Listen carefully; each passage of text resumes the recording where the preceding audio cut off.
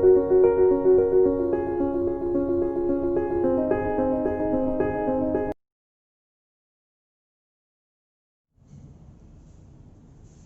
Guys, जैसा कि हमें पता है कि लास्ट क्लास में जो है, लास्ट वॉल्यूम में जो है, हम ऑर्गेनिक केमिस्ट्री के नोमेनक्लेचर को कंप्लीट कर चुके थे। इसके बाद हम आगे इसको स्टार्ट करते हैं। तो ऑर्गेनिक केमिस्ट्री में क्या है, कुछ बेसिक कॉन्सेप्ट होते हैं, तो उन बेसिक कॉन्सेप्ट को हम जानना चाहेंगे कि वो कौन कौन से हैं, क्योंकि इन्हीं बेसिक कॉन्सेप्ट के ऊपर जो है पूरी ऑर्गेनिक केमिस्ट्री जो है यहाँ पर डिपेंड करती है। तो बेसिक कॉन्सेप्ट जो है, इनके बेसिस के ये इन पर जो है ऑर्गेनिक केमिस्ट्री डिपेंड करती है, और इनकी इंफॉर्मेशन एवरी स्टूडेंट को होना कंपलसरी है। तो इसमें देखना कि बेसिक कॉन्सेप्ट, क्योंकि जो हम ऑर्गेनिक केमिस्ट्री में जो है नेमिंग रिएक्शन, डिफरेंट टाइप की reaction, preparation method, physical property, chemical properties, इनके बारे में डिस्कस करते हैं। तो ये हमें समझना है, तो हमें इसके लिए जो है बेसिक कंसेप्ट की नीड होगी। तो यहाँ पर ऑर्गेनिक केमिस्ट्री के कुछ बेसिक कंसेप्ट है, और इन बेसिक कंसेप्ट को स्टार्ट करने से पहले मैं आपको कुछ इंफॉर्मेशन देना चाहता हूँ कि वो इंफॉर्मेशन देखो क्या है। कि इनमें हम बात करते हैं कि यहाँ पर जो है सह संयोजक बंध, यहाँ पर देखो ऑर्गेनिक केमिस्ट्री में जो है सबसे ज्यादा यूज होता है सहसंयोजक बंध का, और सहसंयोजक बंध के ऊपर ही जो है ऑर्गेनिक केमिस्ट्री का जो है डिपेंड करती है। तो ऑर्गेनिक केमिस्ट्री में सहसंयोजक बंध हमने सबने पढ़ा है कि सहसंयोजक बंध क्या होता है कि जब दो परमाणु जिनकी विद्युत ऋणता समान होती है, तो समान विद्युत ऋणी परमाणु क्या करते हैं, समान विद्युत ऋणी परमाणु क्या करते हैं कि अपने इलेक्ट्रॉनों का, समान इलेक्ट्रॉनों का साझा करते हैं, समान साझा करते हैं, और समान साझे द्वारा वो एकल, द्वि और त्रिबंध का निर्माण करते हैं। तो जैसा कि हमने देखा एल्केन, एल्कीन, एल्काइन में भी हमारे पास यहाँ पे जो सहसंयोजक बंध होते हैं वो एकल, द्वि और त्रिबंध के रूप में यहाँ पर उपस्थित होते हैं। आखिर फिर हम इस सहसंयोजक बंध में हमें और पढ़ना क्या है, तो यहाँ पर देखो सहसंयोजक बंध जो है हम ऑलरेडी पढ़ चुके हैं। हमें यहाँ पढ़ना है बेसिक कंसेप्ट में सहसंयोजक बंध का विखंडन, कि ये सहसंयोजक बंध का विखंडन कब और कैसे, किस तरीके से होता है, हमें यहाँ पर इसको समझाना है। देखो ये सहसंयोजक बंध है, इसका विखंडन जो है दो प्रकार से होता है। सहसंयोजक बंध का विखंडन जो है यहाँ पर दो प्रकार से किया जा सकता है, जिसमें पहला है समान विखंडन। पहला क्या है, समान विखंडन, होमोलाइटिक क्लीवेज और फिजन, और दूसरा है विसमांस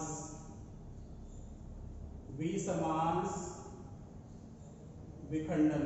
दूसरा क्या है यहाँ पर, विसमांस विखंडन। एक तो है देखो समांस विखंडन, और दूसरा क्या है यहाँ पर, विसमांस विखंडन। अब हम यहाँ पर दोनों के बारे में डिस्कस करेंगे कि समांस विखंडन क्या है और ये कैसे होता है, और इसके थ्रू जो है कौन कौन से स्पीशीज का फॉर्मेशन होता है। विसमांस विखंडन कैसे होता है और इसके थ्रू जो है कौन कौन सी स्पीशीज का फॉर्मेशन होता है। तो इन सब के बारे में हमें जानना बहुत ही जरूरी है, क्योंकि इनके जाने बिना जो है हम इनमें आगे बढ़ नहीं सकते हैं। क्योंकि हमें यहाँ पर देखो सहसंयोजक बंध का विखंडन जब ये कंप्लीट हम पढ़ लेंगे, तो इसके बाद हमें सहसंयोजक बंध में इलेक्ट्रॉन्स का स्थानांतरण पढ़ना है, हमें इलेक्ट्रॉन का विस्थापन कहाँ, कैसे, किस तरीके से संभव है।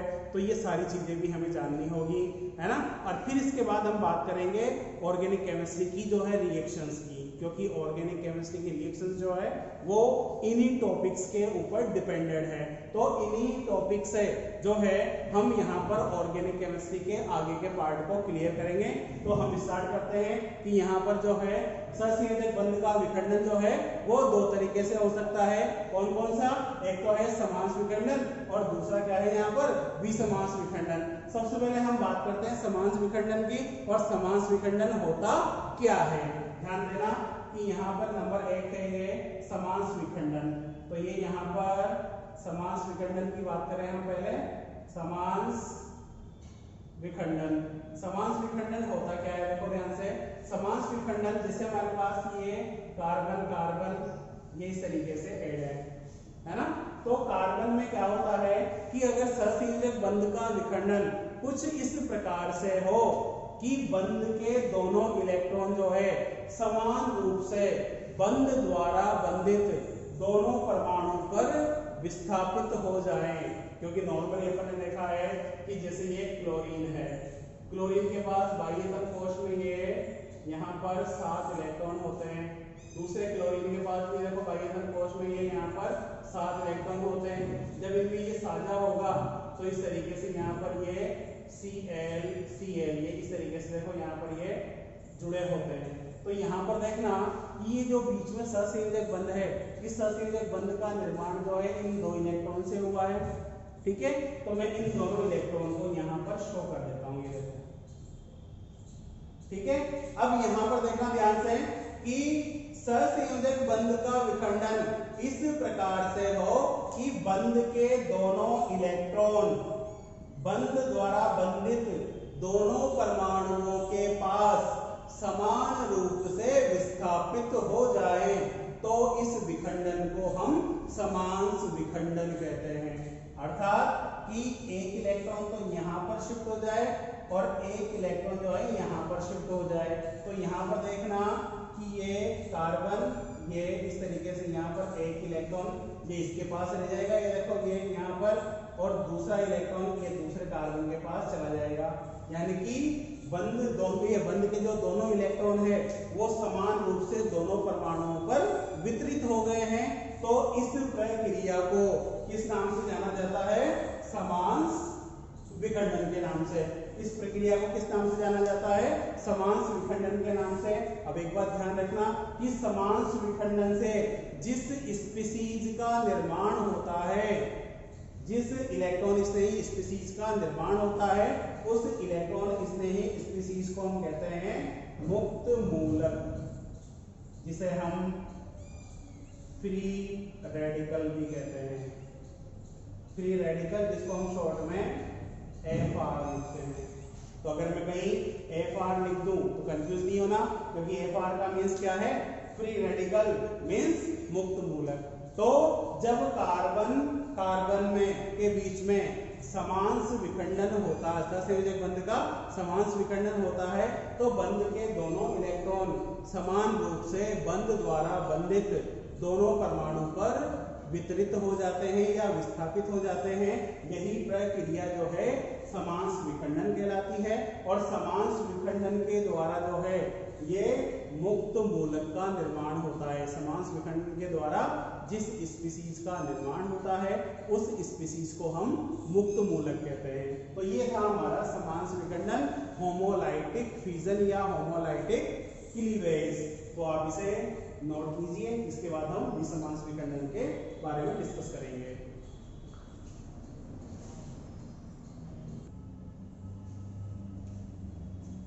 तो समांश विखंडन के बाद हम बात करते हैं विसमांश विखंडन की।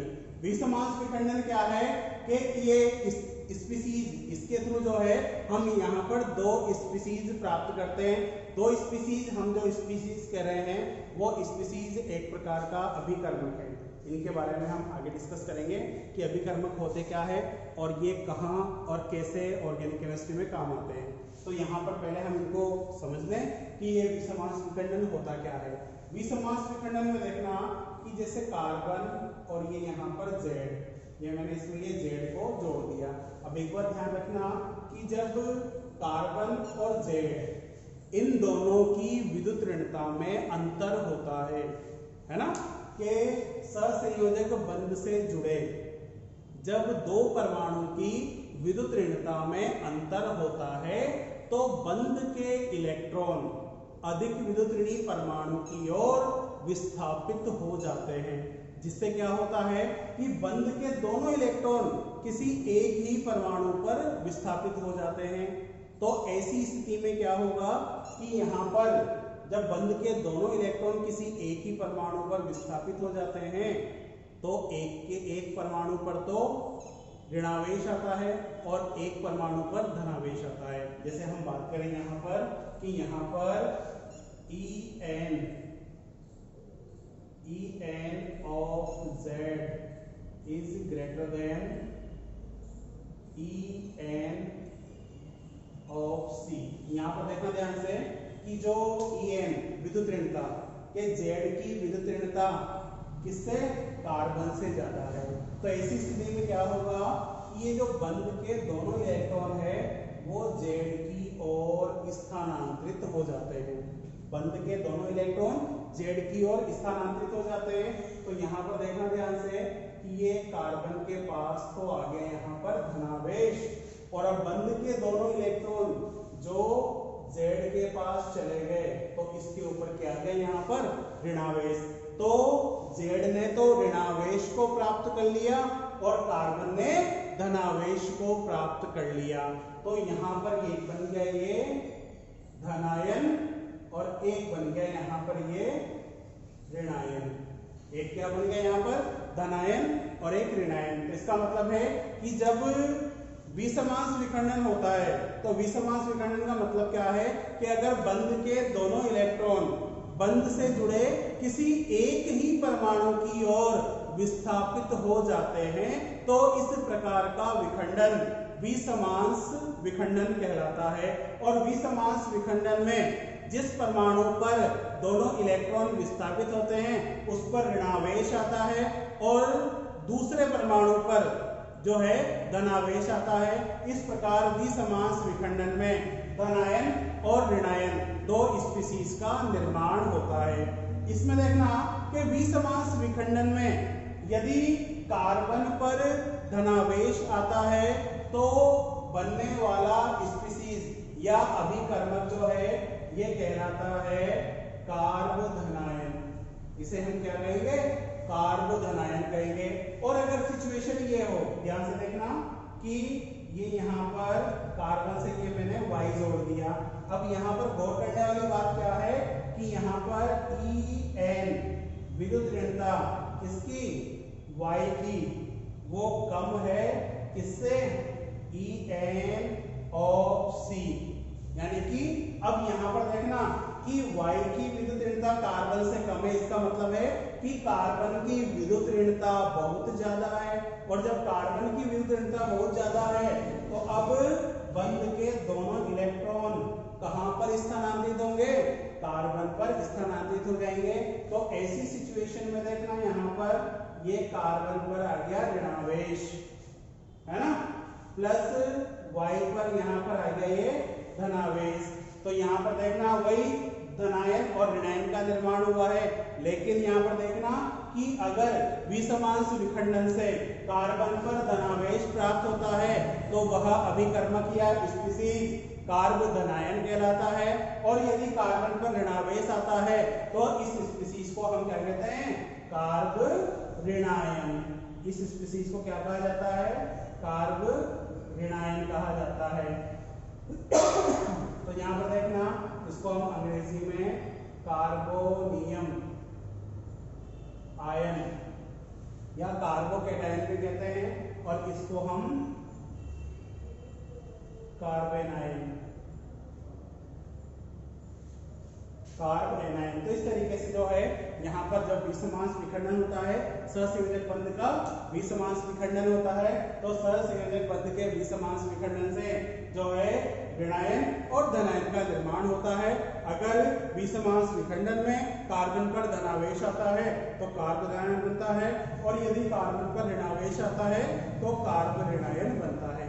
अब देखना कि ये जो स्पीशीज है जो हमने ये पढ़ी है ना, तो हमारे पास यहाँ पर तीन अलग अलग प्रकार की स्पीशीज होगी, जिसमें देखना कि अगर मैं यहाँ पे R ये एल्केन समूह, तो यहाँ पर ये R के ऊपर मैं ऐसे इलेक्ट्रॉन को शो कर दूं तो ये तो हो गया एल्किल, और इसके ऊपर ये जो सिंगल इलेक्ट्रॉन है ना जो इसे बनाता है मुक्त मूलक, जो इसके ऊपर सिंगल इलेक्ट्रॉन है वो इसे क्या बनाता है, मुक्त मूलक। तो ये बन गया एल्किल मुक्त मूलक। अगर R के ऊपर यहाँ पर धनावेश है तो वो देखो हमने दिया है कार्बोधनायन, है ना, तो कार्बोधनायन है तो ये इसे हम क्या कहते हैं, कार्बोधनायन या एल्किल धनायन कहते हैं। तो ये यहाँ पर कार्बोधनायन हो गया। और अगर यहाँ पे R के ऊपर माइनस है तो यहाँ पर देखना R के ऊपर माइनस होने पर ये बन गया यहाँ पर कार्ब ऋणायन। तो इस तरीके से यहाँ पर ये देखो ये 3 स्पीसीज है। एक तो एल्किल मुक्त मूलक क्या होते हैं, ये मुक्त मूलक क्या है, किस तरीके से बनते हैं, है ना, ये तो हमने ऑलरेडी जान लिया। लेकिन इनके स्थायित्व ये कहाँ उपयोग में आते हैं तो इनके बारे में हम आगे डिस्कस करेंगे। लेकिन इसके लिए जो है हम पहले कुछ बातों को जान लेते हैं, है ना। और वो कुछ बातें जो है वो है सहसंयोजक बंध में इलेक्ट्रॉन का विस्थापन, यानी कि सहसंयोजक बंध में जो इलेक्ट्रॉन होते हैं उनका विस्थापन कहाँ और कैसे किस तरीके से संभव है। इनको जानने के बाद हम इन स्पीसीज के बारे में डिटेल से पढ़ेंगे ताकि हम इनके स्थायित्व को भी समझा सकें। क्योंकि मैं इनके जब स्थायित्व को समझाऊंगा तब आप कहोगे सर ये स्थायित्व कहाँ से आया, कैसे आया।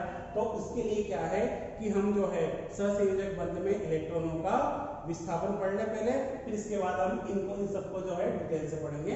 आप पहले इसे नोट कर लीजिए।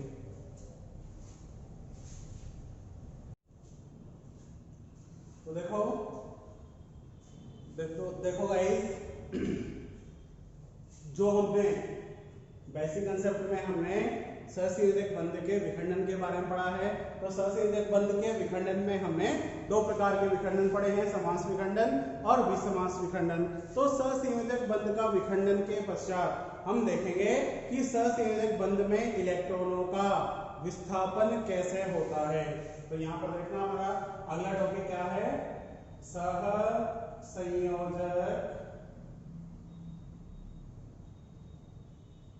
बंध में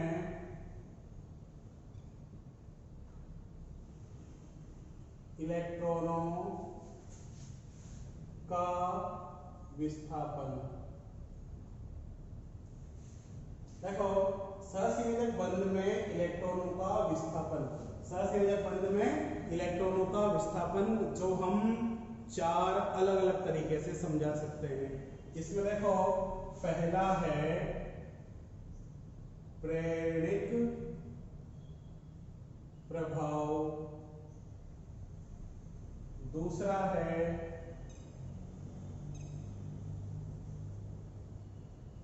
इलेक्ट्रोमरी प्रभाव, तीसरा है अनुनाद प्रभाव और चौथा है यहाँ पर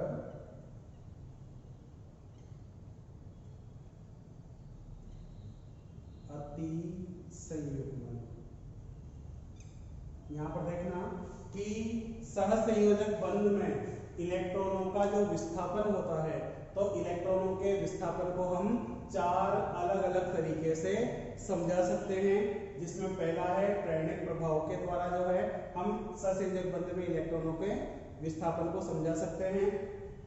इलेक्ट्रोमरी प्रभाव के आधार पर हम समझा सकते हैं, अनुनाद प्रभाव के आधार पर समझा सकते हैं और अति संयुग्मन के आधार पर समझा सकते हैं।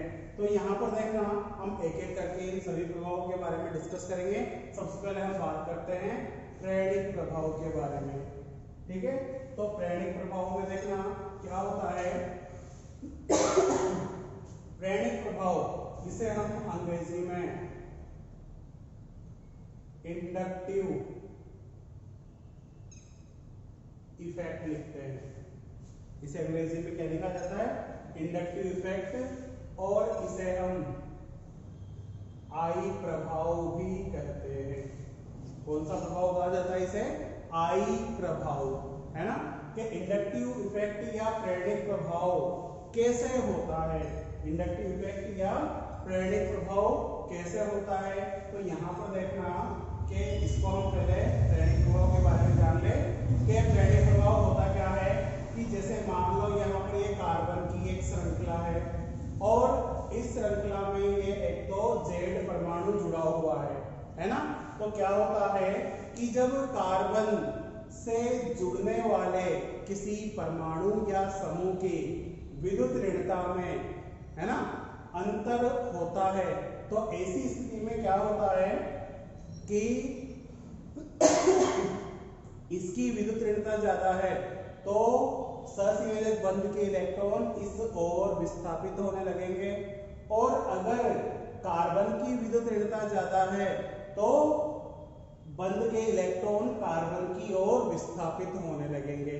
तो क्या होगा कि कार्बन से जुड़े किसी विद्युत ऋणी परमाणु या समूह के द्वारा, कार्बन से जुड़े किसी विद्युत ऋणी परमाणु या समूह द्वारा सहसंयोजक बंध के इलेक्ट्रॉनों का श्रृंखला में विस्थापन होता है, जिसे हम प्रेरणिक प्रभाव कहते हैं। कि कार्बन श्रृंखला में जुड़े किसी परमाणु, विद्युत ऋणी परमाणु या समूह द्वारा जो है सहसंयोजक इलेक्ट्रॉनों का श्रृंखला में विस्थापन होता है।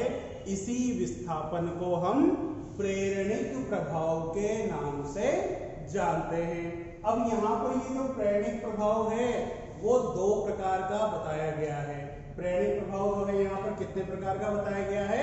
दो प्रकार का, जिसमें पहला तो है धनात्मक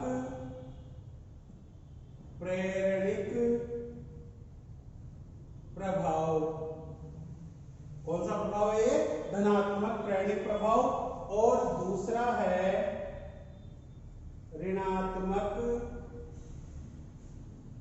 प्रेरणिक प्रभाव। दूसरा क्या है? ऋणात्मक प्रेरणिक प्रभाव। अब यहां पर ध्यान देना कि धनात्मक प्रेरणिक प्रभाव, जैसा कि हमने कहा है कि प्रेरणिक प्रभाव को इंडक्टिव इफेक्ट कहते हैं, जिसको आई प्रभाव भी कहा जाता है। अब धनात्मक है तो हम इसे लिख सकते हैं प्लस आई प्रभाव, और इसे हम क्या लिख सकते हैं? माइनस आई प्रभाव। तो यहाँ पर एक तो हो गया धनात्मक प्रेरणिक प्रभाव और एक हो गया ऋणात्मक प्रेरणिक प्रभाव।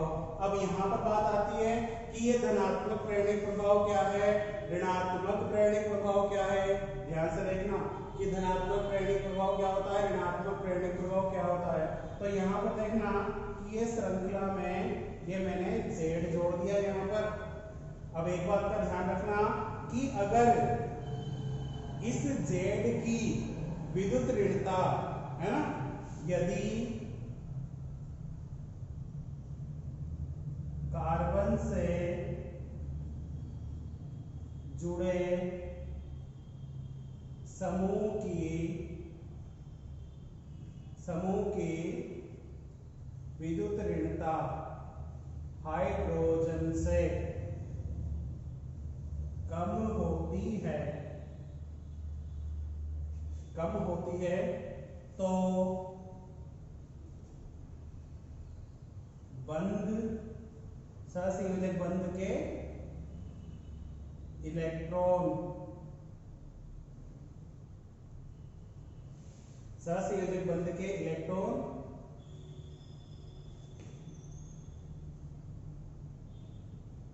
श्रृंखला के कार्बन की ओर विस्थापित होते हैं। ध्यान से देखना कि अगर इस कार्बन श्रृंखला में जो ये समूह जुड़ा हुआ है, अगर इस समूह की विद्युत ऋणता जो है अगर हाइड्रोजन से कम होती है तो इस सहसंयोजक बंध के इलेक्ट्रॉन जो है श्रृंखला के कार्बन की ओर विस्थापित होते हैं। तो यहाँ पर ये देखना, ये इधर विस्थापित हो गया, इसका ये यहाँ पर विस्थापन हो गया, इसका ये यहाँ पर और इसका ये यहाँ पर, है ना। तो इससे यहाँ पर तो आंशिक धनावेश आ गया और यहाँ पर ये आंशिक ऋणावेश आ गया, है ना। और ध्यान रखना कि ये जो प्रभाव है ना, ये प्रभाव श्रृंखला में सिर्फ 4 कार्बन तक ही कार्य करता है। इसके बाद इस प्रभाव को समाप्त मान लिया जाता है। फिर देखना कि यहाँ पर ये इसके ऊपर ये सबसे ज्यादा इस पर होगा माइनस आई प्रभाव, ये प्लस आई प्रभाव, इससे कम इस पर होगा, इससे कम जो है यहाँ पर होगा और सबसे कम ये यहाँ पर ये।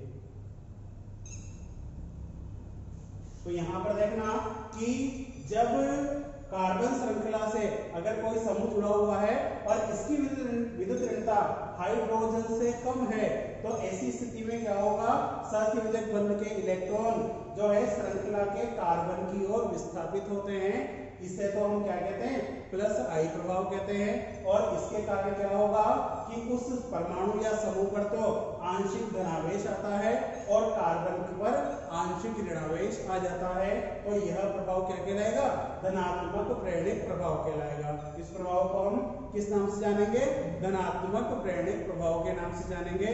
क्योंकि यहाँ पर देखो कि ये जो धनात्मक प्रेरणिक प्रभाव है, ऋणात्मक प्रेरणिक प्रभाव है, हम यहाँ पर इनके कुछ एग्जाम्पल जब समझाएंगे तब आपको क्या है कि इनके बारे में थोड़ी और अच्छे से जानकारी प्राप्त होगी, है ना।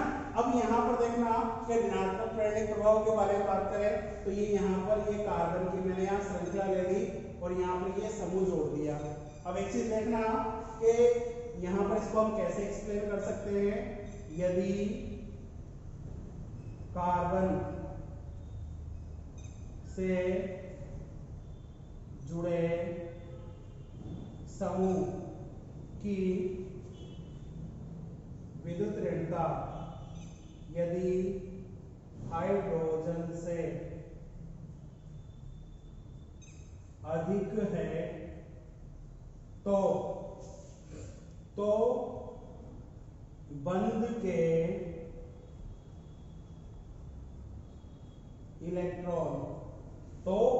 के इलेक्ट्रॉन कार्बन से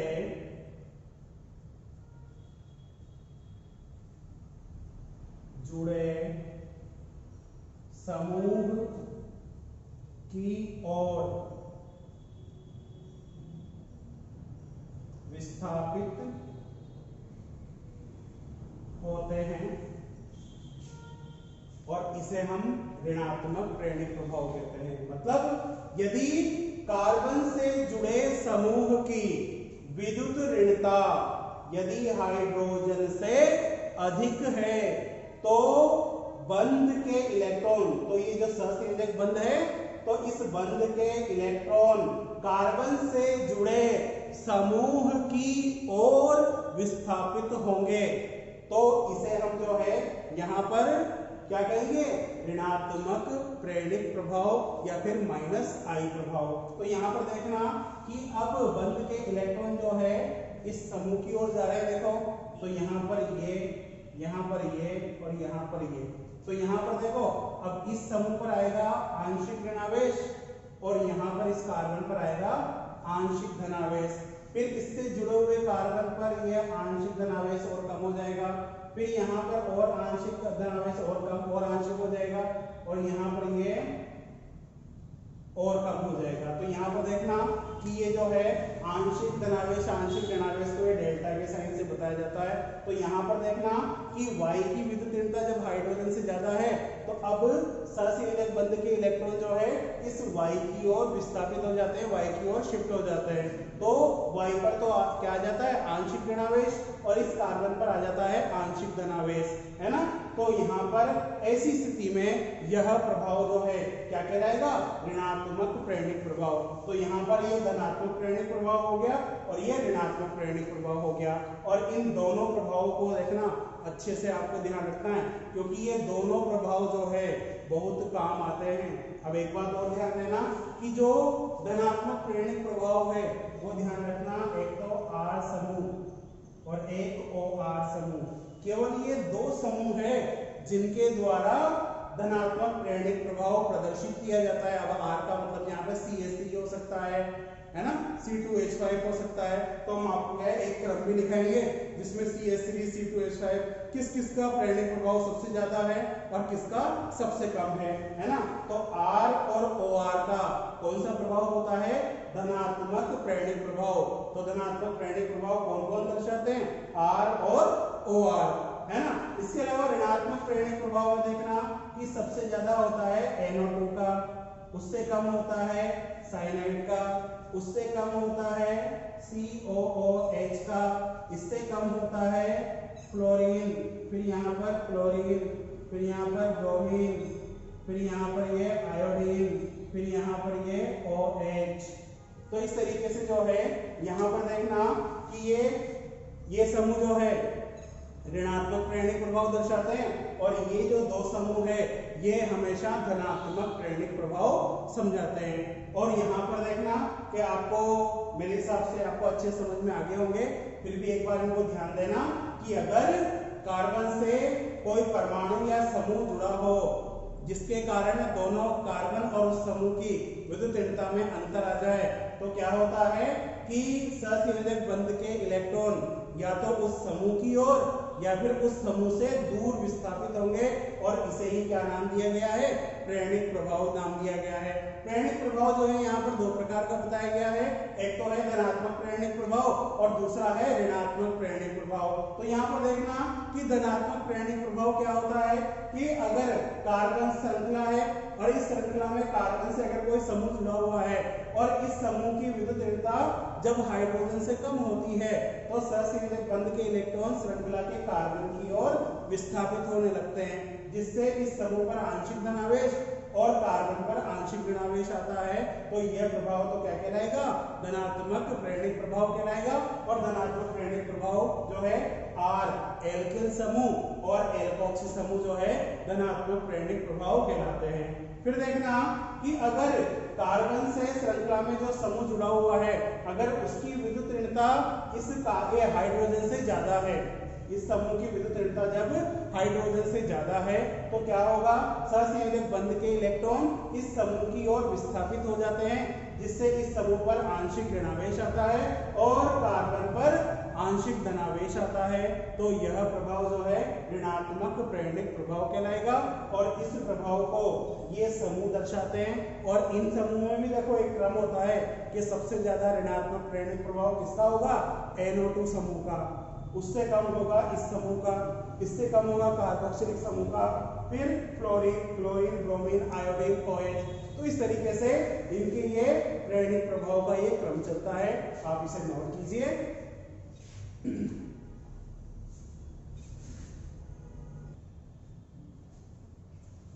तो देखना कि आई होप कि आपको प्रेरणिक प्रभाव समझ में आया होगा।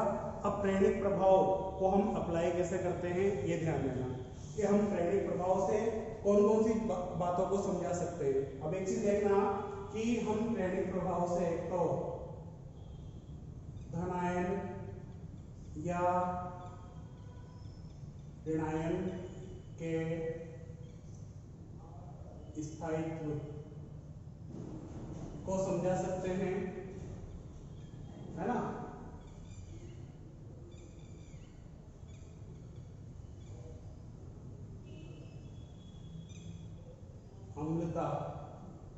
अम्लता को समझाया जा सकता है, धनायन और ऋणायन के स्थायित्व को समझा सकते हैं हम। और कोई भी यौगिक है जिसकी अगर हमें अम्लता के बारे में जानना है, उसकी अम्लता को समझाना है, तो उसकी अम्लता को भी हम किसके आधार पर समझा सकते हैं, प्रेरणिक प्रभाव के आधार पर। देखना कि जैसे हमारे पास ये देखना ध्यान से कि ये CH3+ ये हमारे पास क्या है, मैथिल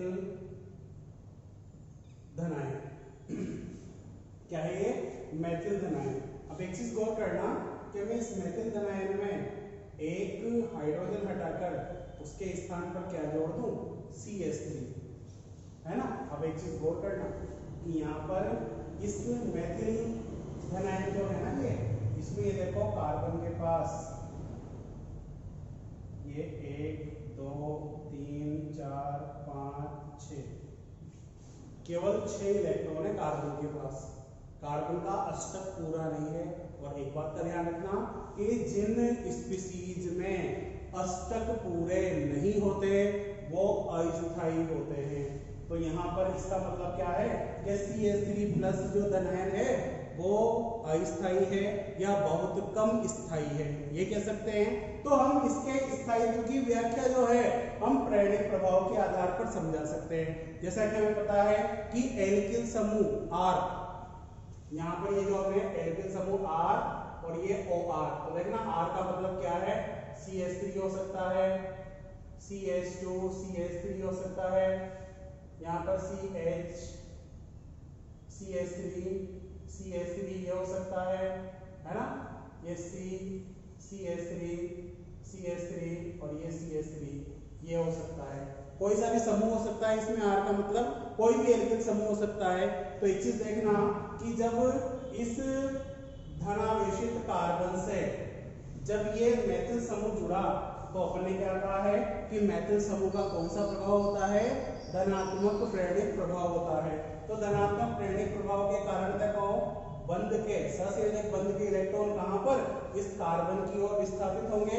इसका मतलब है कि यहाँ पर इस मैथिल समूह का कौन सा प्रभाव कार्य कर रहा है, धनात्मक प्रेरणिक प्रभाव। तो बताओ इस कार्बन की ओर इलेक्ट्रॉन विस्थापित हो रहे हैं तो इस कार्बन पर इलेक्ट्रॉन का घनत्व बढ़ रहा है और इलेक्ट्रॉन का घनत्व बढ़ने के कारण इस कार्बन की इलेक्ट्रॉन न्यूनता में कमी आ रही है। मतलब इसके ऊपर इलेक्ट्रॉन का घनत्व बढ़ रहा है और अगर इलेक्ट्रॉन न्यून स्पीशीज पर इलेक्ट्रॉन का घनत्व बढ़ता है तो उसके स्थायित्व में वृद्धि हो जाती है। तो यहाँ पर देखना इस एक समूह के जुड़ने से इस पर क्या हो गया, प्लस आई प्रभाव के कारण इस पर इलेक्ट्रॉन घनत्व बढ़ गया। इसका मतलब है कि इससे ज्यादा स्थायी ये होगा। फिर देखना अब यहाँ पर CH3CH एक और हाइड्रोजन हटाकर मैंने यहाँ पर एक और CH3 जोड़ दिया।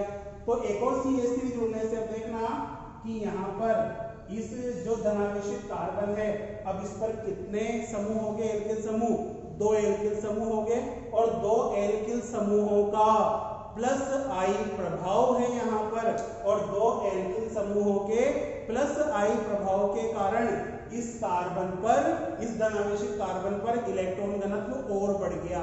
इसका मतलब है कि इसका स्थायित्व और बढ़ गया। तो इसका मतलब है कि अब ये जो है इससे ज्यादा स्थायी होगा। फिर यहाँ पर देखना कि ये एक CH3, अब मैंने ना देखो यहाँ पे 3 हाइड्रोजन थे, मैं तीनों को हटा दूं यहाँ पर और इसके स्थान पर मैंने यहाँ पर 3 CH3 समूह जोड़ दिए। अब यहाँ पर देखो पहले एक मैथिल समूह का प्लस आई प्रभाव था, अब 2 मैथिल समूहों का प्लस आई प्रभाव और अब यहाँ पर 3 मैथिल समूहों का प्लस आई प्रभाव। तो एक बात का ध्यान देना कि अब ये जो कार्बन है, ये जो धनावेशित कार्बन है ना, इस पर इलेक्ट्रॉन घनत्व लगातार बढ़ गया। इसका मतलब है कि धनायन जो है वो वाला ज्यादा स्थायी होगा और ये वाला सबसे कम स्थायी होगा, क्योंकि धनायन में क्या होता है कि अष्टक पूरा नहीं होता है जिससे इसके स्थायित्व में कमी आती है। अगर मान लो कि उस धनावेशित स्पीशीज या आयन से कोई धनात्मक प्रेरणिक प्रभाव दर्शाने वाला समूह जोड़ दिया जाए तो वो क्या करता है कि वो धनायन के स्थायित्व को बढ़ाता है और ऐसे समूहों की संख्या जैसे जैसे बढ़ती जाएगी धनायन के स्थायित्व में भी लगातार वृद्धि होती जाएगी। और यही कारण है कि ये धनायन जो है सबसे कम स्थायी है, इससे ज्यादा स्थायी ये है, इससे अधिक स्थायी ये है और सबसे अधिक स्थायी वो है। तो इस तरीके से हम जो है यहाँ पर इसको समझा सकते हैं। अब अगर मान लो कि मैं इसकी स्थिति ये कर दूं, देखो ध्यान से CH3 प्लस है ना, अब मैंने यहाँ पर CH2 एक क्लोरीन, अब एक चीज गौर करना कि क्लोरीन विद्युत ऋणी परमाणु है जिसकी विद्युत ऋणता कार्बन से कम है, तो ये क्या करेगा, ये बंध के इलेक्ट्रॉनों को अपनी ओर खींचेगा। तो एक चीज गौर करना ध्यान से कि कार्बन पहले से इलेक्ट्रॉन न्यून है और कार्बन इस क्लोरीन के जुड़ने से ये और ज्यादा इलेक्ट्रॉन न्यून हो गया, मतलब इसकी इलेक्ट्रॉन न्यूनता घटी नहीं और बढ़ गई, इलेक्ट्रॉन न्यूनता इसकी और बढ़ गई। फिर एक और क्लोरीन के जोड़ने से देखो यहाँ पर और जो है इलेक्ट्रॉन न्यूनता बढ़ गई, फिर एक और क्लोरीन के यहाँ पर जोड़ने से ये जो है इसकी इलेक्ट्रॉन न्यूनता और बढ़ गई है, देखो। तो इस तरीके से याद है। अब सबसे ज्यादा इन सबके कंपेयर में सबसे ज्यादा स्थायी ये होगा, इससे कम ये, इससे कम ये और इससे कम ये। तो इस तरीके से यहाँ पर जो है कार्ब धनायन का स्थायित्व, कार्ब धनायन का स्थायित्व हम यहाँ पर समझा सकते हैं। समझ में आया होगा, इसे नोट कीजिए।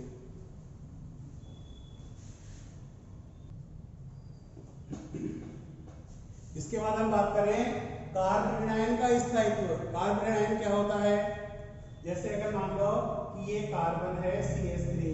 अब अगर मान लो इसके ऊपर ऋणावेश है तो ये स्पीसीज क्या हो जाएगी, कार्ब ऋणायन। अब यहाँ पर देखो कि जो हमने प्रेरणिक प्रभाव पढ़ा है, प्रेरणिक प्रभाव दर्शाने वाले समूह धनात्मक में CH3, CH2, CH3, CH2 sorry CH, CH3 और ये CH3, और ऋणात्मक में NO2, cyanide, COOH, fluorine, chlorine, bromine, iodine और ये OH। तो ये समूह जो है ये ऊपर वाले तो धनात्मक प्रभाव, धनात्मक प्रेरणिक प्रभाव दर्शाते हैं और नीचे वाले जो है ऋणात्मक प्रेरणिक प्रभाव दर्शाते हैं। और इनमें देखना कि अब हम कार्ब ऋणायन के स्थायित्व की बात करें तो कार्ब ऋणायन का स्थायित्व कैसे बढ़ता है या कैसे घटता है। अब एक चीज गौर करना कि मैंने यहाँ पर इस CH2 एक हाइड्रोजन हटाकर मैंने यहाँ पर ये CH3 समूह जोड़ दिया। गौर करना है इस पे, देखो कि अब यहाँ पर क्या हो गया कि CH3 समूह का कौन सा प्रभाव होगा, प्लस आई प्रभाव। ये कौन सा, प्लस आई प्रभाव वाले हैं और ये यहाँ पर माइनस आई प्रभाव वाले हैं। तो CH3 समूह का प्लस आई प्रभाव होगा तो बताओ कार्बन, इस कार्बन पर पहले से ऋणावेश है और इस कार्बन पर जब पहले से ऋणावेश है तो ये जो इलेक्ट्रॉन है सहसंयोजक बंध के इलेक्ट्रॉन जो इस CH3 समूह के जुड़ने से इधर की ओर विस्थापित होंगे, इन इलेक्ट्रॉनों के मध्य में प्रतिकर्षण होगा और इस प्रतिकर्षण के कारण कार्ब ऋणायन के स्थायित्व में कमी आएगी। इसका मतलब है कि ये सबसे ज्यादा स्थायी है कार्ब ऋणायन और इससे कम स्थायी है। अगर मान लो कि मैं एक CH3 समूह और जोड़ दूं, यहाँ पर ये देखो, यहाँ पर तो ऋणावेश है सही और यहाँ पर मैंने ये एक CH3 समूह जोड़ दिया, तो अब यहाँ पर देखना कि कार्ब ऋणायन जो कि पहले से इलेक्ट्रॉन घनत्व वाली स्पीसीज है और जब उससे कोई प्लस आई प्रभाव वाला समूह जुड़ेगा तो क्या होगा, सहसंयोजक बंध के इलेक्ट्रॉन और उस ऋणावेशित कार्बन के इलेक्ट्रॉन के मध्य प्रतिकर्षण होगा और इस प्रतिकर्षण के कारण इनके स्थायित्व में कमी आएगी और इनके स्थायित्व में कमी आएगी तो इसका मतलब है कि ये ज्यादा स्थायी है, इससे कम स्थायी ये होगा और इससे कम स्थायी ये होगा। और अगर मैं मान लो कि यहाँ पर ये माइनस आई प्रभाव वाले समूह जोड़ दूं तो माइनस आई प्रभाव वाले समूह के जोड़ने से क्या प्रभाव पड़ेगा, देखना ध्यान से कि ये मैंने CH3 माइनस और मैंने इसके साथ एक CH2 मतलब एक हाइड्रोजन हटा दिया और अब मैंने यहाँ पर ये NO2 समूह जोड़ दिया। अब गौर करना कि यहाँ NO2 समूह का कौन सा प्रभाव है, माइनस आई प्रभाव, मतलब ये इलेक्ट्रॉनों को इस कार्बन की ओर विस्थापित नहीं कर रहा, ये इस कार्बन से इलेक्ट्रॉन को अपनी ओर खींच रहा है, मतलब इसके ऊपर जो इलेक्ट्रॉन घनत्व पहले से ज्यादा है उस इलेक्ट्रॉन घनत्व को कम कर रहा है। तो इस इलेक्ट्रॉन घनत्व को कम करने के कारण इसके स्थायित्व में वृद्धि होगी। तो अगर ऐसे समूह और ज्यादा होंगे तो इनके स्थायित्व में और वृद्धि हो जाएगी। तो यहाँ पर देखना कि ये इसका स्थायित्व ज्यादा होगा। फिर यहाँ पर देखो NO2 समूह जोड़ दिया मैंने एक और, ये NO2 समूह, तो ये देखो और कम करेगा तो इसका स्थायित्व और बढ़ गया। और यहाँ पर NO2 समूह के देखो, अब ये मैंने सारे कार्बन हटाकर ये यहाँ पर NO2 और यहाँ पर ये NO2, तो यहाँ पर देखो 3 समूह जोड़ दिए मैंने। तो इस तरीके से क्या है कि जब माइनस आई प्रभाव वाले समूह, माइनस आई प्रभाव वाले समूह जब किसी ऋणावेश पर जुड़ते हैं तो उनके माइनस आई प्रभाव के कारण वो जो ऋणावेशित परमाणु होता है उस पर इलेक्ट्रॉन घनत्व घट जाता है और उस पर इलेक्ट्रॉन घनत्व घटने के कारण, उस पर इलेक्ट्रॉन घनत्व घटने के कारण उसके स्थायित्व में वृद्धि हो जाती है। तो ये है कार्ब ऋणायन का स्थायित्व। क्या है ये? कार्ब ऋणायन का स्थायित्व। और इस कार्ब क्षार विनयन के स्थायित्व को हमने प्रेरणिक प्रभाव के आधार पर समझाया है। आप इसे भी नोट कीजिए। इसके बाद एक और टॉपिक बचता है हमारे पास, अम्लता। तो अम्लता भी समझ लें कि हम प्रेरणिक प्रभाव से अम्लता को कैसे समझा सकते हैं। नोट कीजिए।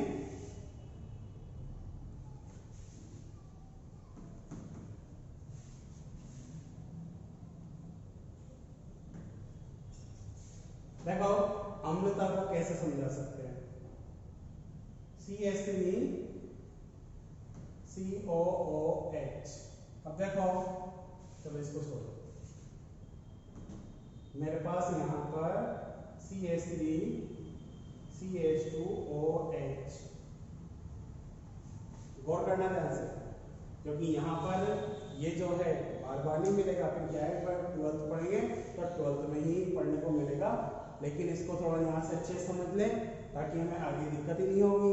ध्यान देना कि एल्कोहल में क्या होता है, ये जो OH समूह है इसमें क्या है कि ऑक्सीजन की विद्युत ऋणता अधिक होती है, जिसके कारण क्या होता है कि ये CH3 CH2O- और ये साथ में H+, क्या होता है कि ऑक्सीजन की विद्युत ऋणता अधिक होती है, जिससे OH बंध के इलेक्ट्रॉन ऑक्सीजन की ओर स्थानांतरित हो जाते हैं। कौन सा विखंडन हुआ, विषमांश विखंडन। और इसने क्या किया, H+ मुक्त कर दिया। तो जलीय विलेय में क्या करते हैं ये कि H+ मुक्त कर देते हैं, और H+ मुक्त करने के कारण इसे हम क्या कहेंगे, अम्ल कह सकते हैं। इसको हम क्या कह सकते हैं, अम्ल कह सकते हैं। क्यों, क्योंकि वह स्पीसीज जो जलीय विलयन में H+ मुक्त कर सकती है, वही स्पीसीज क्या कहलाती है, अम्ल कहलाती है। इसका मतलब है कि अल्कोहल की अम्लीय प्रकृति हो सकती है। अब अल्कोहल की अम्लीय प्रकृति को कौन कौन से कारक प्रभावित कर सकते हैं, ध्यान देना कि यहाँ पर देखना कि यहाँ पर ये CH3 CH2OH, फिर देखो यहाँ पर CH3 CH3 और ये यहाँ पर OH, और यहाँ पर CH3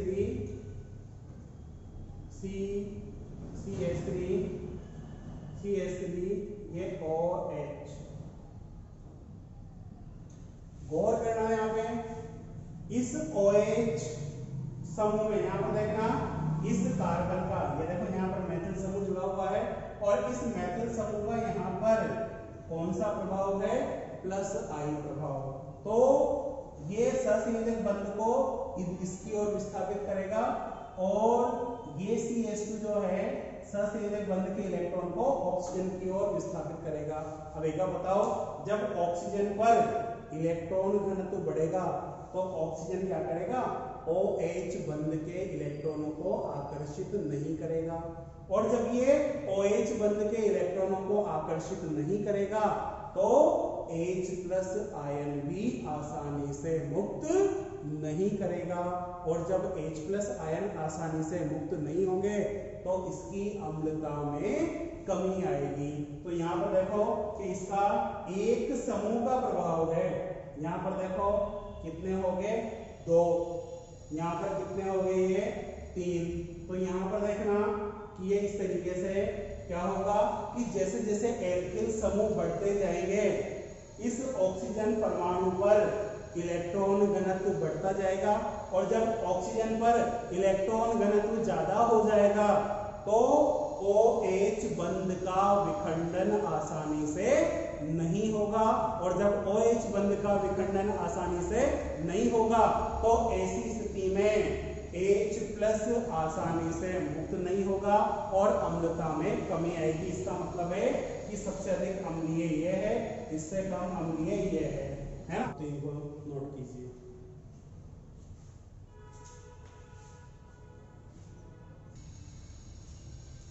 तो देखना हमने क्या देखा कि यहाँ पर CH3 समूह एक जुड़ा है, तो इसकी वजह से OH की इलेक्ट्रॉन न्यूनता में वृद्धि होती है, मतलब ऑक्सीजन पर इलेक्ट्रॉन घनत्व बढ़ता है।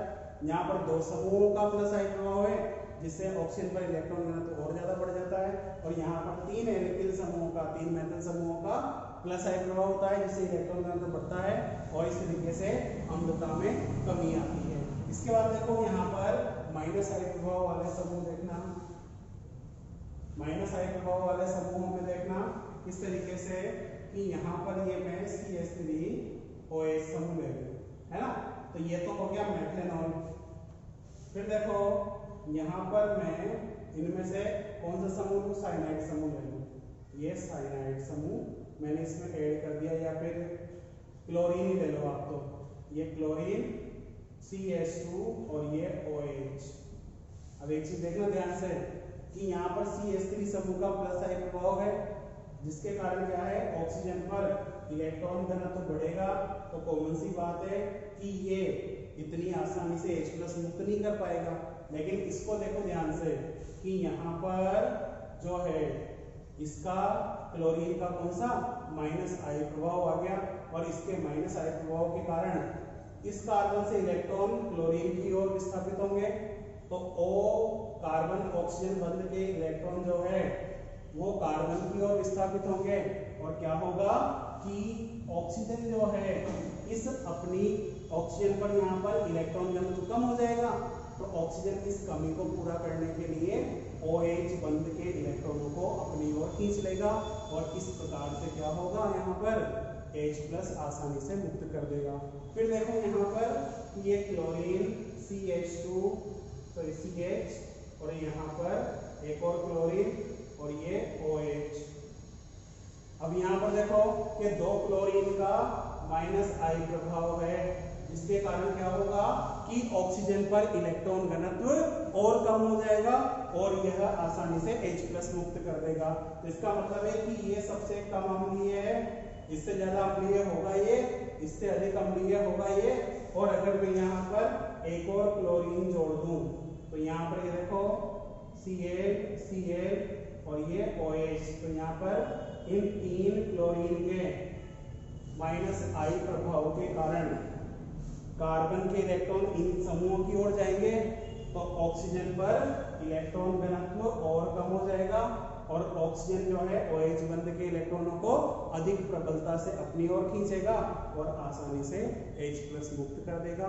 तो इस तरीके से हम एल्कोहल की अम्लता, कार्बोक्सिलिक अम्लों की अम्लता, इन सबको जो है प्रेरणिक प्रभाव के आधार पर आसानी से समझा सकते हैं। तो आज का ये हमारा टॉपिक यहीं तक रहेगा। इसके बाद जो इलेक्ट्रोमरी प्रभाव है, अतिसंयुग्मन प्रभाव है, अनाथ प्रभाव है, उनको हम अगली क्लास में डिस्कस करेंगे। इसे भी आप नोट कर लीजिए।